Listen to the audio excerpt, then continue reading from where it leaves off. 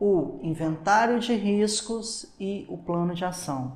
Se você pegar toda a estrutura do gerenciamento de riscos ocupacionais, que exige a elaboração de um programa de gerenciamento de risco, tudo vai se concentrar em apenas duas coisas.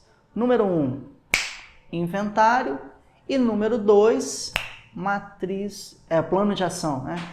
Plano de ação é esse que tudo isso vai sair de uma matriz de risco. Ah, Thiago, o que é isso, uma matriz de riscos? Essa matriz de risco, ela tem que abranger todos os riscos. Qual que seria a ordem? Primeiro, o inventário dos riscos. O que é fazer um inventário de risco? Você vai lembrar lá das etapas de antecipação e reconhecimento dos riscos, ou seja, você percorrer toda a empresa, observar cada atividade e analisar a exposição. Ou seja, você vai anotar todos os riscos. Quais riscos são esses? São os riscos físicos, os riscos químicos, biológicos, ergonômicos e os riscos de acidente. Depois que você fez o inventário de risco, aí você vai ter que vir para um negócio que chama-se matriz de risco. O que é uma matriz de risco? É uma tabela que você vai ter várias colunas, horizontal e vertical, que vai te possibilitar mensurar esse risco, quantificar esse risco. O que eu devo levar em conta? Na área de acidente do trabalho, o pessoal considera muito a questão da frequência da exposição e a gravidade dessa exposição.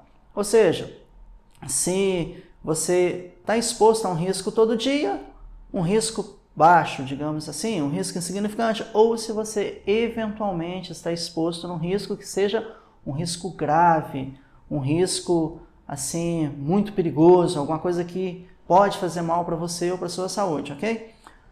Já na área de higiene ocupacional, para montar uma matriz de risco, aí é um pouco mais complicado.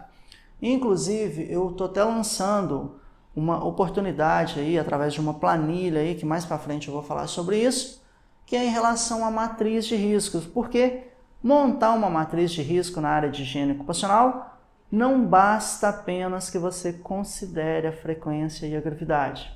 Tem vários outros fatores, eu diria que dezenas de fatores que devem ser levados em conta para você conseguir o quê? Mensurar esse risco, se ele é significativo ou não. Então, é muito importante você fazer uma boa matriz de risco para caminhar adequadamente para um plano de ação que vai fazer com que você tenha controle sobre determinado risco. Em resumo, o que eu poderia resumir o gerenciamento de riscos ocupacionais? Inventário de risco e plano de ação. Porém, entre o inventário de risco e o plano de ação, existem centenas de ações que precisam ser feitas para você conseguir mensurar esse risco. Depois de mensurado, o que acontece? A empresa, além do programa de gerenciamento de risco, a empresa ela pode criar outros programas. Isso é opcional, a empresa não é obrigada a criar outros programas. No entanto, se ela criar esse outro programa, ele tem que estar integrado com o gerenciamento de risco ocupacional. Tá, Thiago, como assim? Dá um exemplo. Imagina que eu fiz um inventário de risco e descobri que lá tem um risco ruído.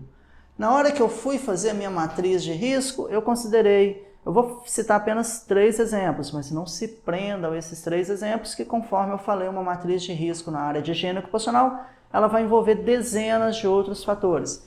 Mas vamos supor que eu imaginei que eu identifiquei o ruído no meu inventário de risco. Quando eu fui fazer a minha matriz de risco, eu descobri que além de ruído, tinha uma substância que é ototóxica, uma substância química que causa perda auditiva no trabalhador. E que o trabalhador estava exposto de maneira simultânea ao ruído e a essa substância tóxica. Ou seja, eu vou ter um risco que eu vou chamar de inaceitável. Tiago, como assim inaceitável?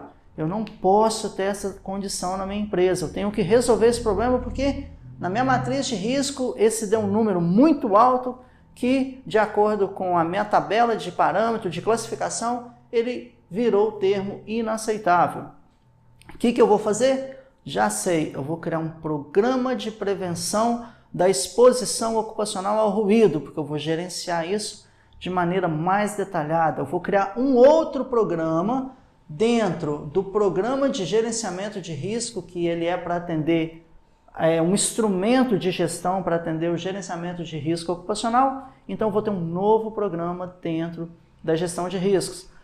Tá, tudo bem, Thiago, mas como que eu vou saber se eu vou ter esse programa ou não? Aí, com base na conclusão da sua matriz de risco, uma das saídas do plano de ação vai ser os objetivos e metas e programas. Ou seja, para aquilo que é inaceitável, talvez eu possa usar o termo também altamente significativo, eu vou ter objetivos e metas. O que é isso? Um objetivo, quero reduzir 20% dos usuários de proteção auditiva. Quero fazer isso até quando? Até dezembro de 2020, dezembro de 2021, tem as metas. E para isso, o que eu vou fazer? Um programa com várias ações, de modo que eu atinja os meus objetivos e as minhas metas. Ok? Do ponto de vista prático, a gestão de risco ocupacional ela diminuiu a burocracia. Diminuiu a burocracia para o empregador, porque para o profissional de saúde e segurança do trabalho, não que ele vai ser burocrático.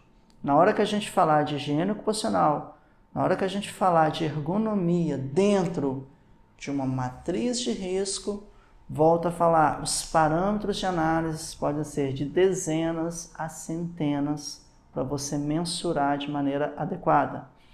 Thiago, a minha matriz de risco, ela não tem esse tanto de coisa que você está falando, ela só tem 3 ou 4 parâmetros. Tudo bem, você vai conseguir mensurar também, mas quando parte para a área de higiene ocupacional, de ergonomia, que você pode considerar muitos outros parâmetros, você pode mensurar isso de maneira muito mais confiável.